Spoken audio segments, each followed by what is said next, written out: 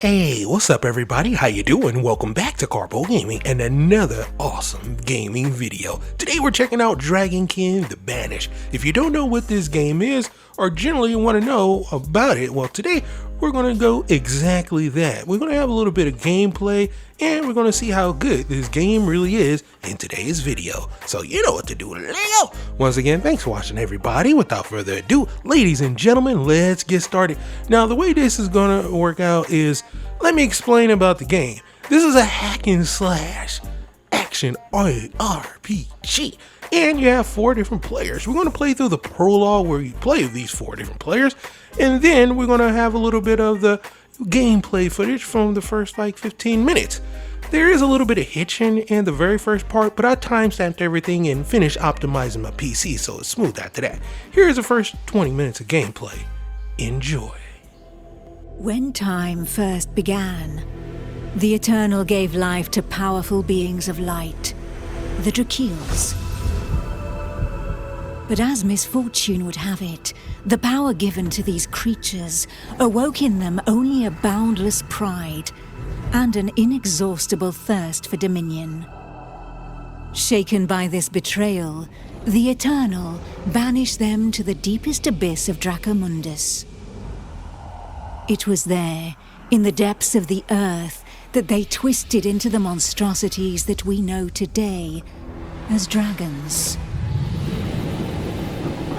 Alas, possessed more than ever by hate and vanity, the Banished refused to admit themselves defeated. Through their voices, they persisted in corrupting humanity. Through their blood, they defined the land we call our home. From that moment on, mankind would live in fear. Fear that one of the Dragon Lords, the most powerful of the Banished, would one day return to the surface. With the support of his Dragonkin, Sor Iknog succeeded in escaping from his subterranean prison. And brave souls, guided by the light, rose up and vowed to push him back. Soldiers of the Order, righteous and faithful to the Eternal, who suffered body and soul after coming into contact with draconic corruption. Rare were those who remained impervious to the depraved whispers of the dragons on the outskirts of this gaping breach. One such person was Godefroy of Clerval, Grand Knight of the Order of the Eternal.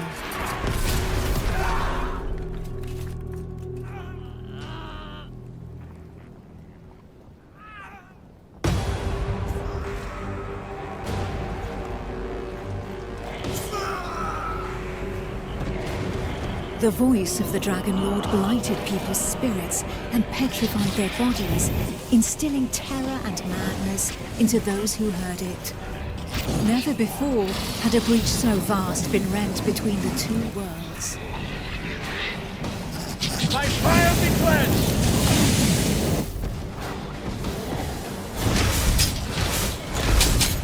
It was here, at this wound between worlds, that the corruption was most potent.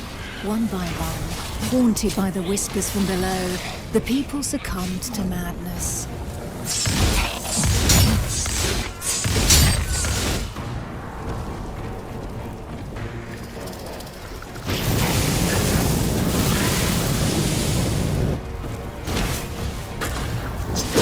I need time.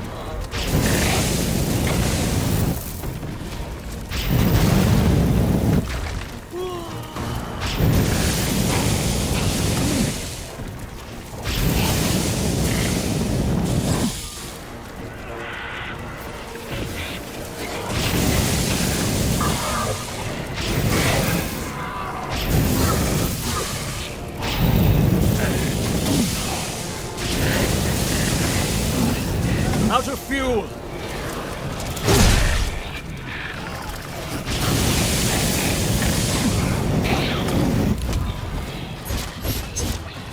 Pitiful in their wretchedness, and too weak to resist the command of their new masters, they drank the blood of the dragon and gave in to depravity.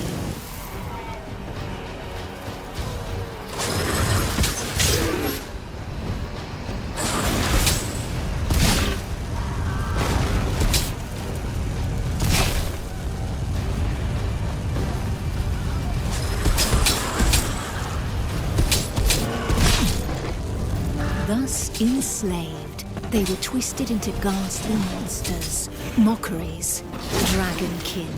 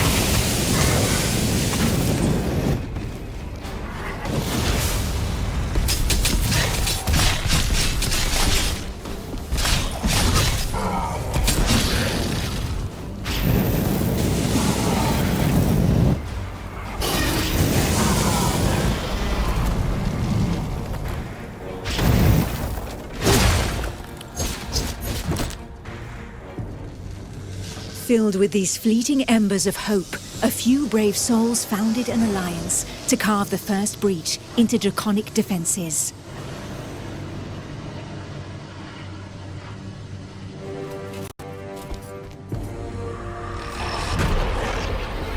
Here, the Dragonkin's power was strong. It fused our world with that of the Banished.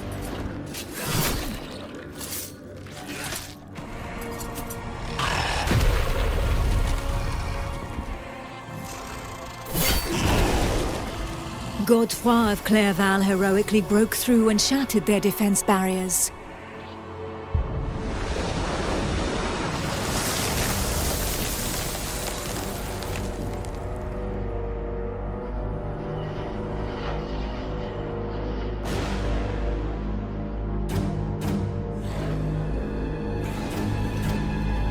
This act of bravery, a feat of the righteous alliance of men, allowed me to lend aid to the Knights of the Order of the Eternal.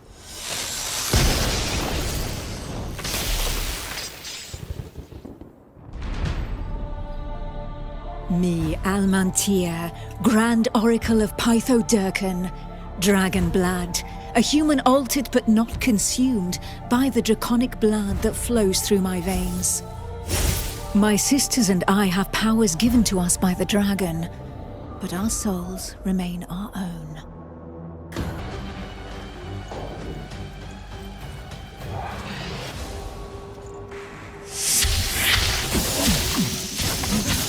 I am out of breath. Neither Dragonkin nor entirely human, and afforded extraordinary abilities by our forebears. By those who drank the blood of the only banished dragon to have ever repented before the Eternal.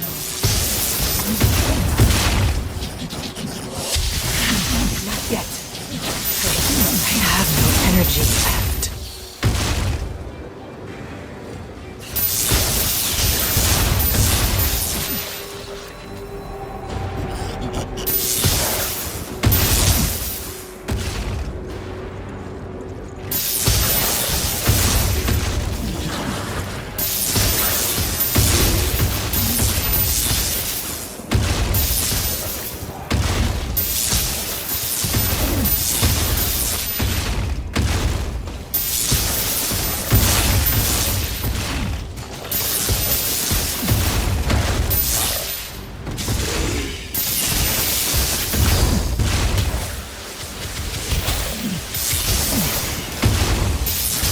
These few drops of draconic blood connected our thoughts to those of the dragons.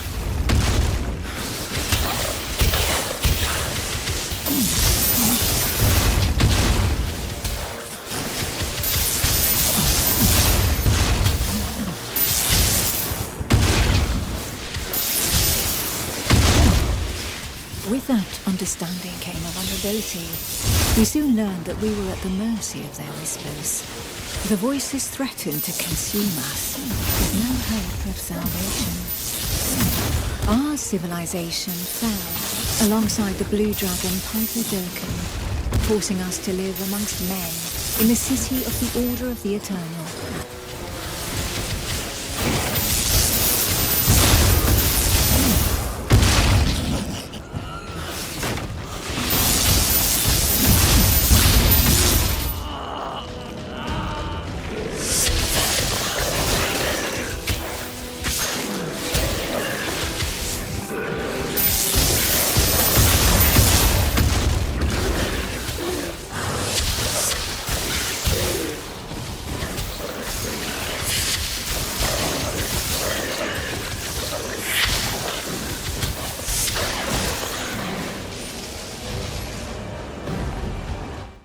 Closer to the breach made by Sir Ichnog, Godefroy, fighting fire with fire, confronted the draconic hordes.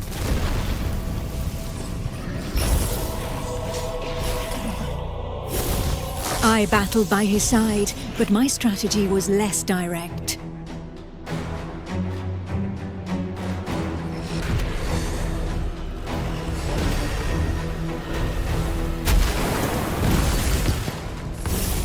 My draconic power allowed me to open up a passageway for the men of Nurogard, all of them prepared to make the ultimate sacrifice to save what remained of humanity.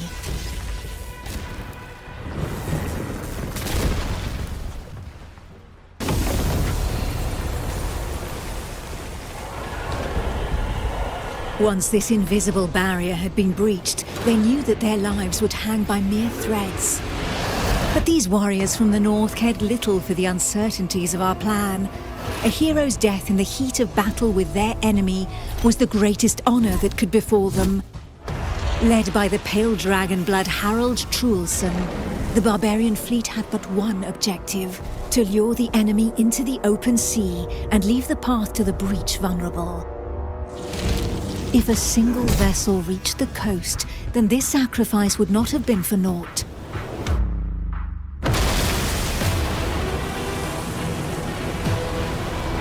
Harald Truelson reached the hostile shore and avenged those fallen from the Toriel clan.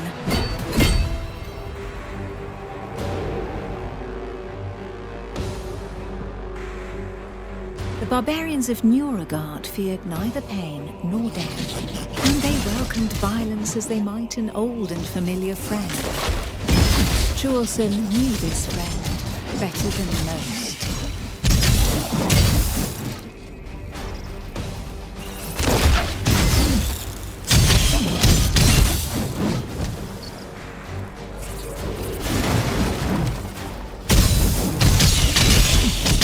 A select few, highly trained clansmen, risking their lives in the process, had successfully imbibed the pale dragon's blood without succumbing to the corrupting voices.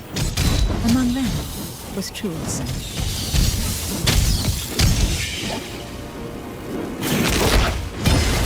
Not yet.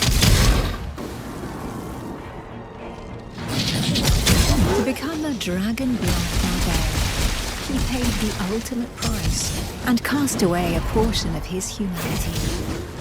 In exchange, he received draconic powers that he put to use for the Toriel clan, the Eternal, and humanity at large.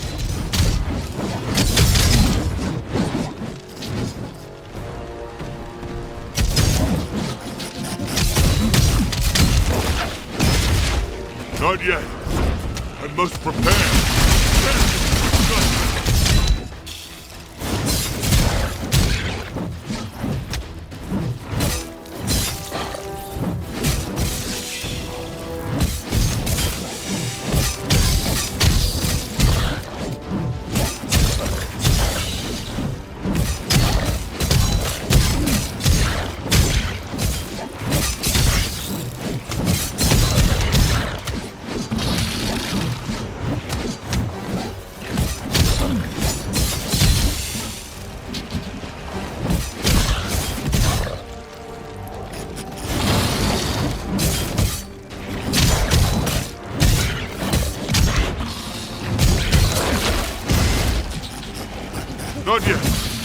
am out of breath.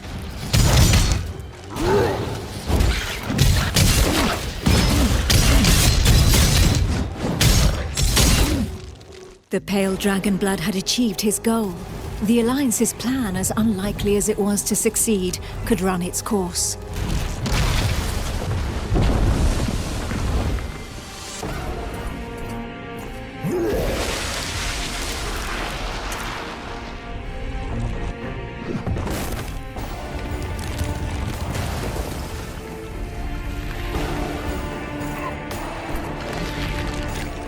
The barbarian waited for the signal that would tell him where to carve a bloody path through enemy defenses and lure the dragons far away from the breach.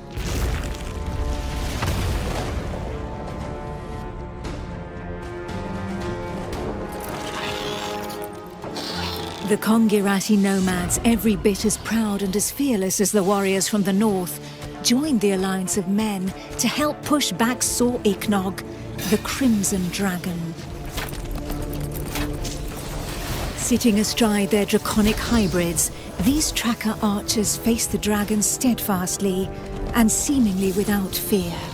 Not one would allow the enemy to make easy prey of them. Hides, wings, teeth, blood. For the Kongirati, each draconic monstrosity was not only a threat, but also a quarry from which they could gain valuable resources.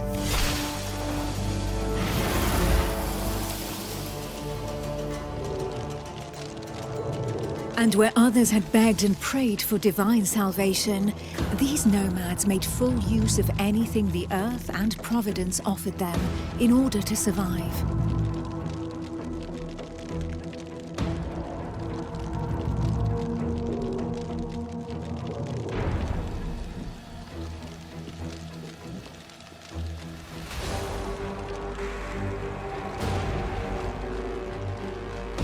Their master tracker, Eula, however, did not see things in such stark shades of black and white. Of all those who made up their number, she was the first to recognize the value of this eternal light. How long would her people be able to continue traveling freely if the corruption were to poison the entire world?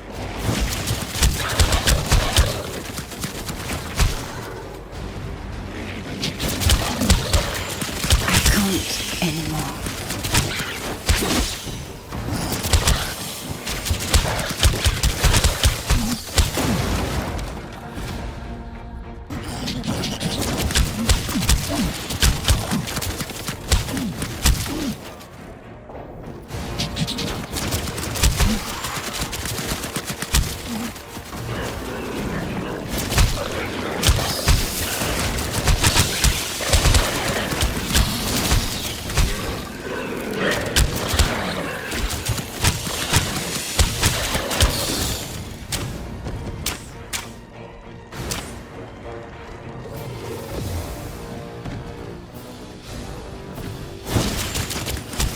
To seal this union, the Order of the Eternal entrusted her with one of their most powerful relics, a single, glimmering scale of light. Each champion had one, and the power of their light would be needed to push Sor Iknog back into the shadows.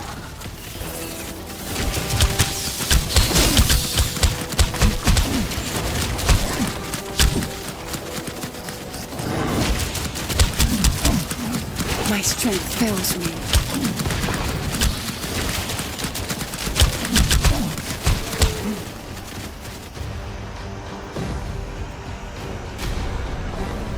It was up to Eula, armed with her scale of light, to cast the invocation.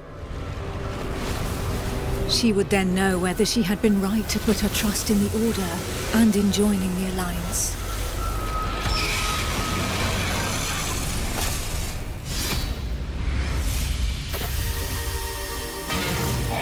The power of the light was like nothing ever seen before.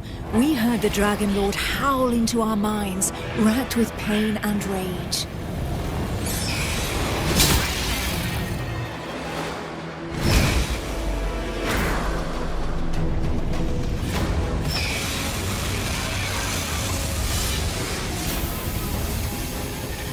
So close to the Dracomundus, our souls suffered as from 1,000 deaths, but we held fast to our positions.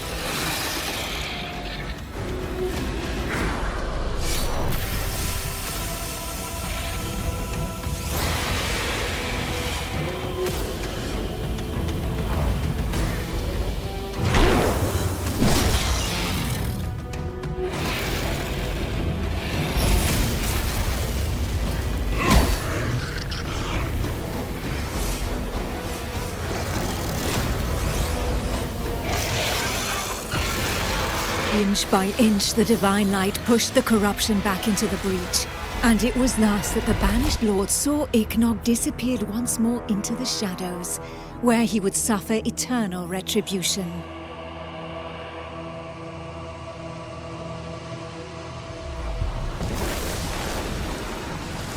Once calm fell, we were all that was left, the sole witnesses to the feat accomplished by the Alliance of Men.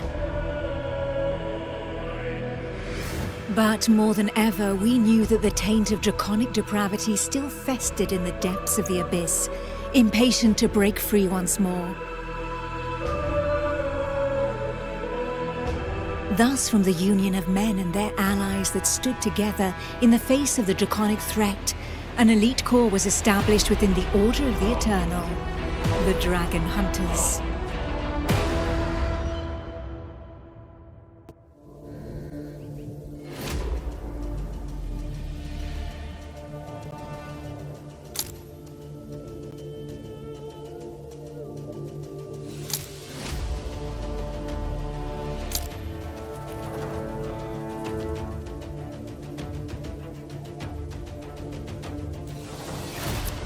Who knows?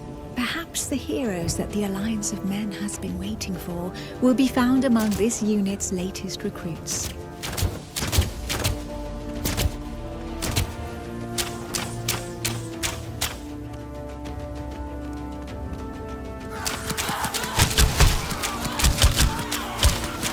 This one is marked.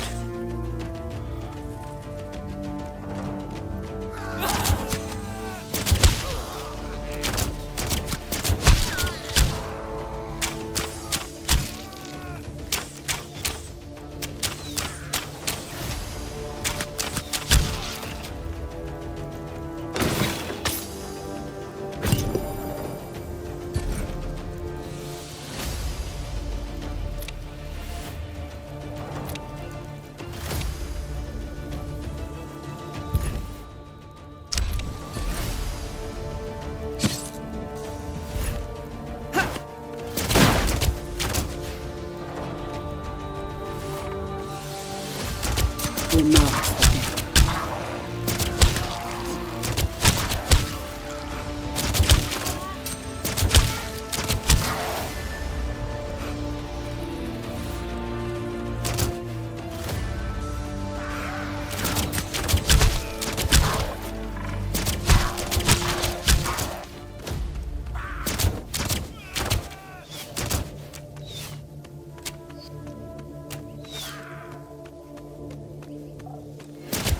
You are marked for death.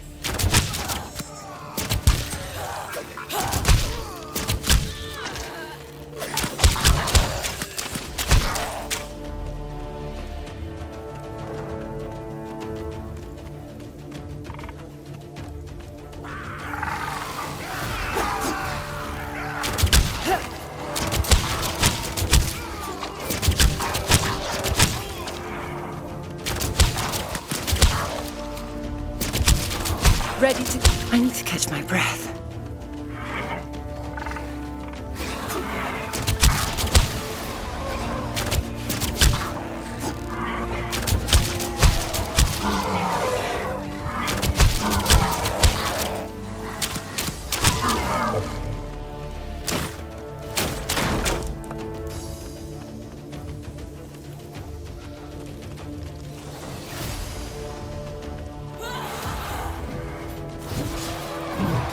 There they are. Nicely done, Somkan. Take care of yourself, apprentice. There are Dragonkin gathered here.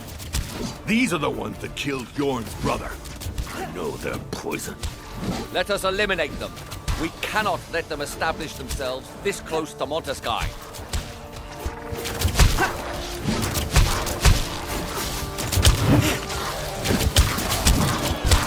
I'm out of breath.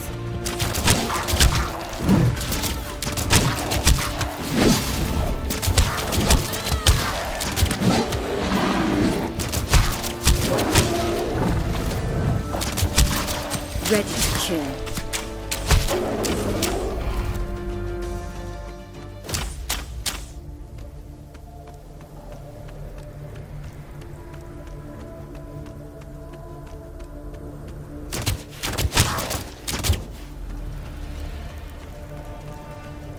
Is anyone hurt? Sonkan? Apprentice? We're fine.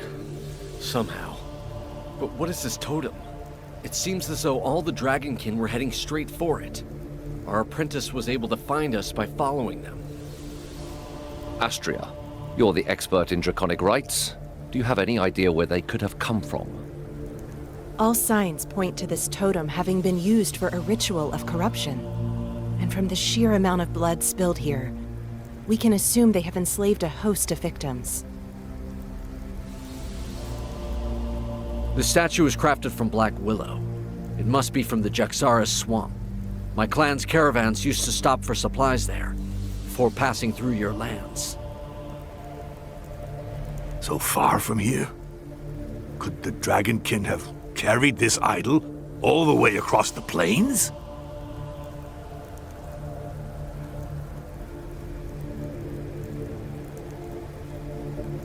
There would have to be countless adepts among their number if so. We must warn the Council of Monteskai without delay. Given the scale of this invasion, it should not be difficult to win the Councilors over. They'll surely decide to attack in force. Perhaps it would be best to learn more about our enemy before rushing in. If we are to root out a cult of this size, we need to avoid making any hasty decisions. There would be one way to learn more about these creatures. A reconnaissance mission. If we send a small group, they may go unnoticed. A few skilled soldiers need only enter their lands and target their sanctuaries and camps. Then we'll see how they respond.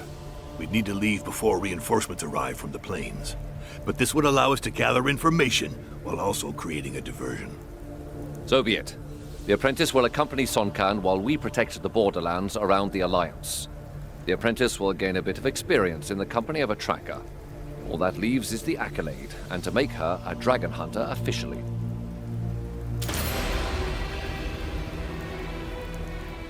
And boom, just like that, we have finished up the gameplay. And look, I had a lot of fun with this. If you like dragons, if you like hacking and slashing, I'm pretty sure you're gonna like this game. It's a little action, a little RPG, and yeah, I generally had a good time playing it. So, you know, have a look at it. It's a good one, my dude.